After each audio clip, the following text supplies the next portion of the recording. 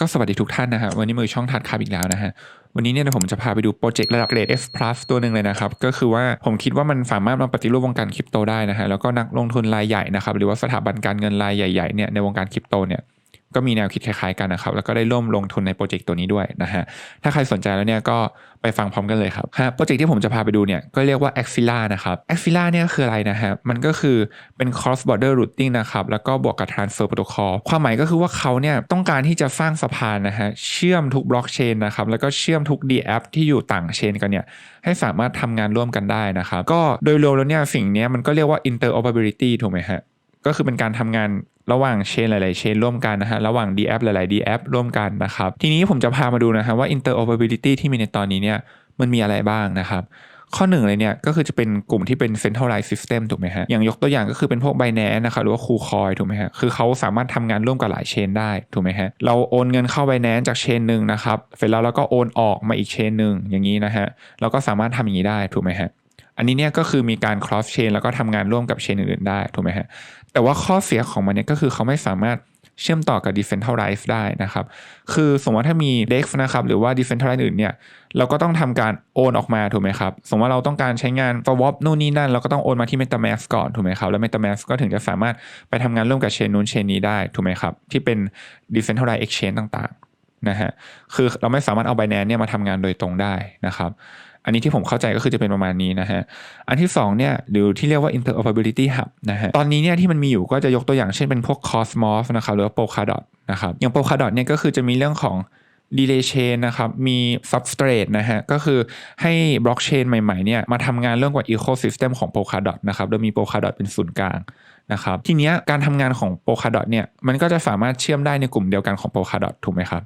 คือทุกตัวเนี่ยต้องมาทำการเชื่อมกับ Polkadot สมมติถ้าเราจะไปเชื่อมนอก Ecosystem ของ Polkadot เนี่ยมันก็ทำไม่ได้ถูกไหมฮะหรืออาจจะต้องสร้างสะพานต่อไปถูกไหมฮะซึ่งตรงนี้มันทำไม่ได้นะครับ Cosmos ก็เหมือนกันนะครับคือเราไม่สามารถเชื่อมอะไรที่นอก Ecosystem ได้นะครับหรืออาจจะเชื่อมได้ก็คือจะต้องมีสะพานนะครับหรือว่าตัว bridge ออกไปนะครับอันนี้ก็คือเป็นข้อเสียของ interoperability hub นะฮะที่เขาเกริ่นขึ้นมานะครับอันที่3นะครับเรียกว่า pairwise bridge นะครับหรือว่าการที่เรา wrap token ออกไปนั่นเองนะครับการ wrap token เนี่ยถ้าใครเคยทำเนี่ยอย่างเช่นสมมติว่าผม wrap Ethereum นะครับข้ามเชนมานะครับมาอยู่ที่เชน Phantom นะฮะแล้วก็เอามาฟาร์มอย่างนี้นะครับ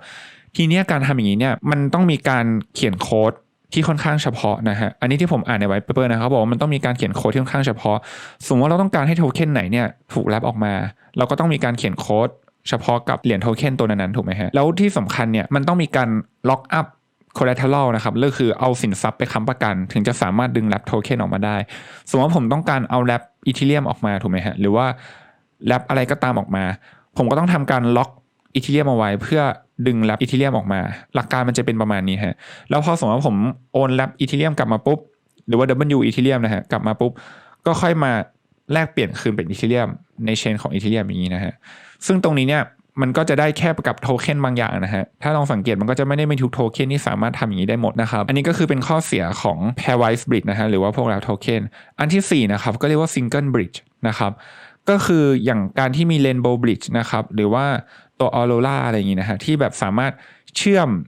เชน2เชนเนี่ยเข้าหากันนะครับก็ตรงนี้เนี่ยที่มันแย่ก็คือว่ามันไม่สามารถที่จะพัฒนาไปได้พร้อมกันอันนี้ที่เขาเขียนนะครับสมมติว่าถ้ามีฝั่งใดฝั่งหนึ่งเนี่ยมีการอัปเกรดนะครับมันก็ต้องมีการอัปเกรดทั้ง2ฝั่งถูกไหมครับมันถึงจะสามารถทำงานร่วมกันได้นะครับอันนี้ก็คือเป็นสิ่งที่ใน white paper ของตัว Axila เนี่ยเขาเขียนมานะครับว่าตอนนี้เนี่ย interoperability ที่มีในตอนนี้เนี่ยมันมี4อย่างนะครั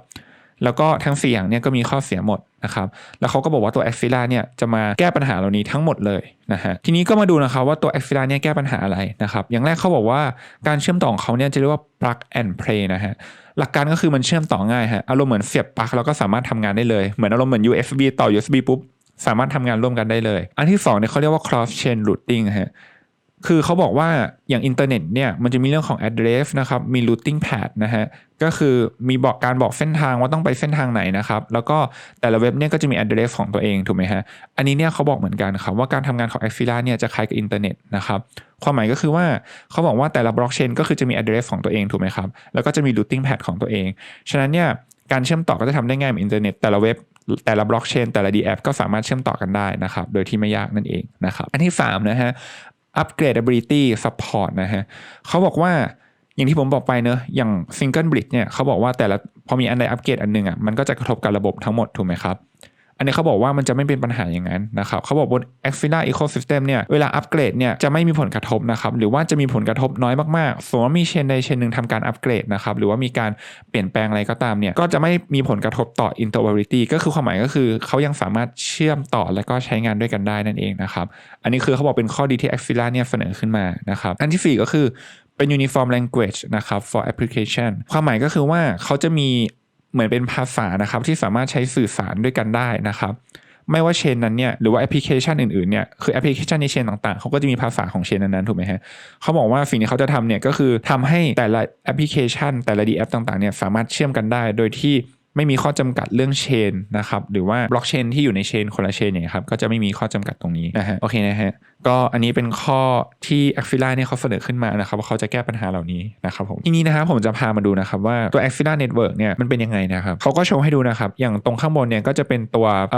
DApp ของเขาถูกไหมฮะก็คือจะเป็นพวกDecentralized Exchange ต่างๆนะครับหรือว่าเป็นพวก DApp ต่างๆที่อยู่บนเชนของเหล่านี้นะครับข้างล่างถัดมาเนี่ยก็จะเป็นเชนถูกไหมครับ Ethereum Cosmos นะครับ Flow อย่างนี้นะแล้วตรงข้างล่างเนี่ยก็จะเป็น Axfina Network นะครับเนี่ยครับสังเกตก็คือความหมายที่เขาจะบอกคือว่าไม่ว่าคุณจะอยู่เชนใดก็ตามนะครับหรือแอปพลิเคชันใดก็ตามเนี่ยคุณก็สามารถเชื่อมกับทุกเชนนะครับผ่าน Axfina ได้ก็คือทุกอันเนี่ยจะเข้ามาอยู่ที่ Axfina นะครับการเชื่อมต่อเข้า Axfina ปุ๊บ Axfina เนี่ยเขาก็จะทำการ validate ฮะหลักการทำงานของ Axfina เนี่ยผมจะบอกก่อนว่ามันเป็นหลักการของ dedicate proof of stake นะฮะก็คือจะมีคนที่เป็น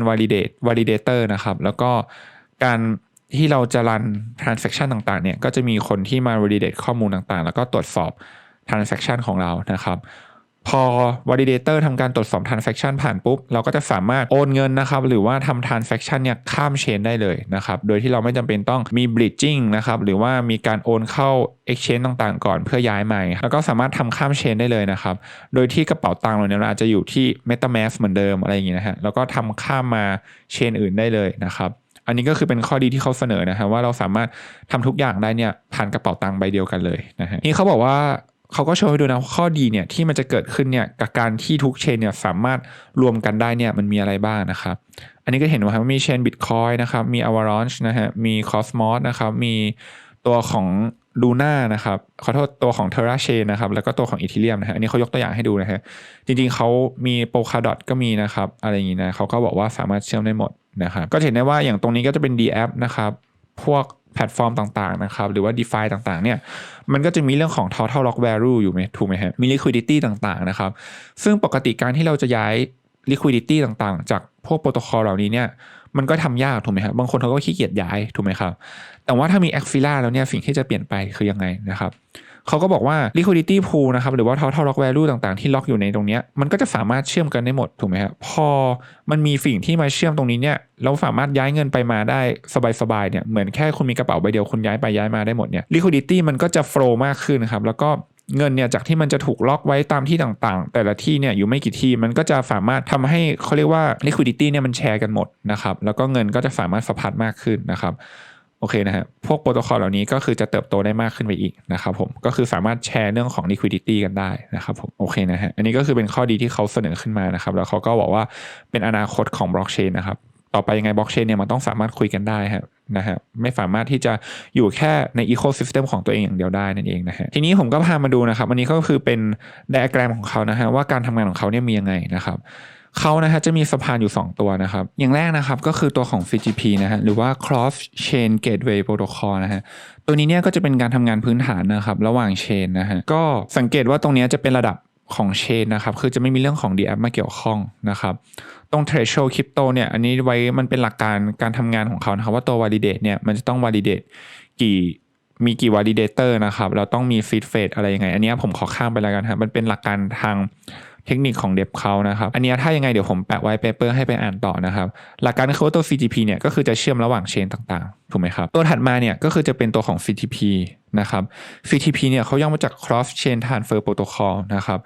ก็คือตรงนี้เนี่ยเขาจะเป็นดูในชุดคำสั่งที่เกี่ยวกับ Smart Contract นะฮะตรงนี้เนี่ยอาจจะเป็นแค่ Transaction นะครับโอนเงินข้ามเชนเฉยๆนะครับระหว่างของตัว CGP เนี่ยแต่ตรงนี้จะดูเรื่องของ Smart Contract นะฮะก็จะทำงานร่วมกับ DApp เป็นหลักนะครับตรงนี้เนี่ย CTP ก็จะทำให้สามารถเชื่อมนะครับระหว่าง DApp 2 DApp ที่อยู่คนละเชนกันเนี่ยสามารถเชื่อมกันได้นั่นเองนะฮะ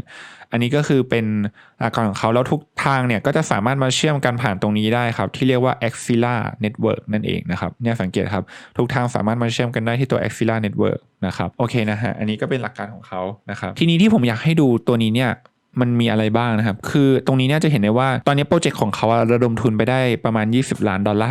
นะครับก็ถือว่าเยอะมากๆนะฮะแล้วก็มีใครบ้างนะครับที่มาลงทุนนะฮะอันแรกผมให้ดูเลยนะ SCB 10X นะครับอันนี้ก็เป็นบริษัทของไทยนะครับก็ได้ลงทุนไปในโปรเจกต์นี้นะครับอีกตัวหนึ่งนะครับก็มี Binance ถูกไหมครับ Binance ก็มาลงทุนนะครับ Coinbase นะครับเรียกได้ว่ามีแต่บริษัทยักษ์ใหญ่นะครับมาลงทุนนะฮะอีกคนหนึ่งที่น่าสนใจเนี่ยก็คือดูควอนนะฮะคนนี้เนี่ยเขาก็เป็นคนก่อตั้งตัวของ Terra Chain นะครับที่กำลังเติบโตอย่างมากเลยตอนนี้นะครับก็เรียกได้ว่าโปรเจกต์ตัวนี้เนี่ยน่าสนใจมากๆนะครับถ้าใครสนใจเนี่ยลองไปรีวิวดูนะครับโอเคนะครับเดี๋ยวผมพาไปดูหน้าของตัวคนก่อตั้งแล้วก็เดฟทีมนะครับครับก็ผมพามาดูที่ทีมของเขานะครับก็จะอยู่ที่ตัวเว็บของ Axilla นะครับเดี๋ยวผมแปะเว็บให้นะครับก็คนนี้ก็จะเป็น co-founder นะครับ co-founder engineering นะครับแล้วก็ตอนนี้เนี่ยเขาต้องการคนที่เก่งเรื่องของ blockchain นะครับหรือว่าเขียนโค้ดเป็นเนี่ยเข้าไปเพิ่มในทีมของเขาด้วยนะครับถ้าใครสนใจเนี่ยลองกดเข้ามาดูตรง community นะครับหรือว่าตรงแถว career ได้นะครับก็สามารถไปช่วยงานเขาได้แล้วเขาก็จะมีให้เป็นรางวัลนะครับหรือว่าค่าจ้างที่ได้มาร่วมกับโปรเจกต์เขาด้วยนะครับก็เห็นได้ว่าแต่ละท่านเนี่ยก็คือมี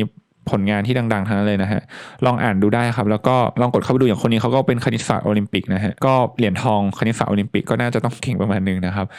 ก็มีหลายท่านนะครับอันนี้ลองไปกดดูเองนะครับมีหลายท่านเลยนะครับคือทีมงานเขาค่อนข้างเยอะนะครับแล้วเราก็สามารถเป็นหนึ่งในทีมงานเขาได้นะครับถ้าสมมติว่าเราเขียนโค้ดเป็นนะครับครับอีกอันนึงที่น่าสนใจนะฮะหรือว่า Axilla Incentive Quantum Community Program นะฮะ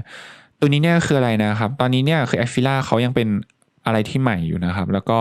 โปรเจกต์เขาก็ถือว่าค่อนข้างใหญ่นะครับแต่ตอนนี้คนยังรู้จักไม่เยอะนะครับสิ่งที่เขาเสนอให้เราตอนนี้เนี่ยเขาก็จะมีเรื่องของการที่เราเนี่ย